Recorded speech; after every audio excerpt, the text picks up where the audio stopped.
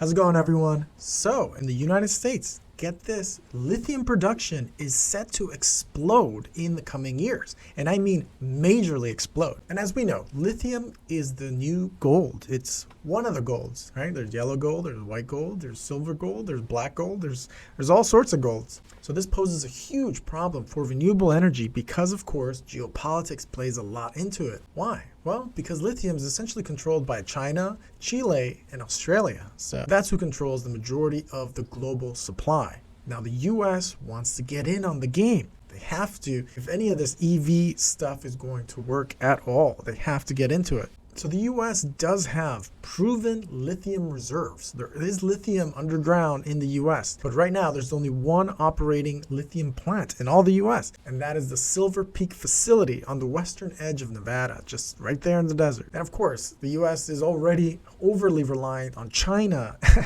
If we want to get rid of that, we need to ramp up the lithium production. And at the same time, you can make a few bucks investing in lithium. Why not, right? So the current administration actually threw a ton of money via the Inflation Reduction Act. They threw an estimated $370 billion in subsidies. That is a lot of money. Where's a lot of this going to go? Well, hopefully it doesn't just disappear. So as such, the federal government is throwing money at lithium producers to develop, of course, lithium supply chain.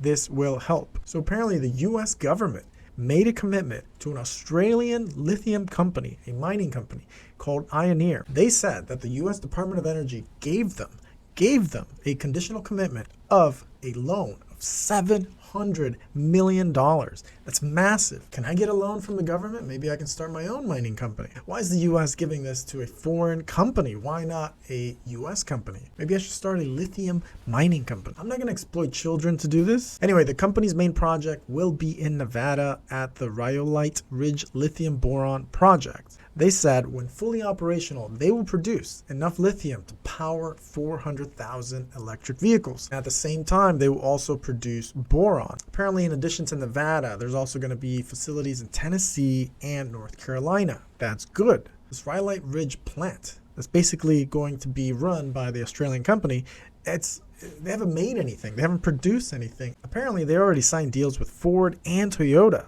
They signed agreements underscoring, of course, the fact that there's not enough lithium to go around, or they don't want to fully depend on China or only depend on China. That's kind of a big deal. And of course, car manufacturers are nervous because, understandably so, they could run out of batteries to power these cars. And that, well, bad for business, obviously. So lithium is the new gold. That's for now, at least. Lithium is going to get even more scarce in the future. That's why these car manufacturers are signing deals right now before the plants are even operational in the United States.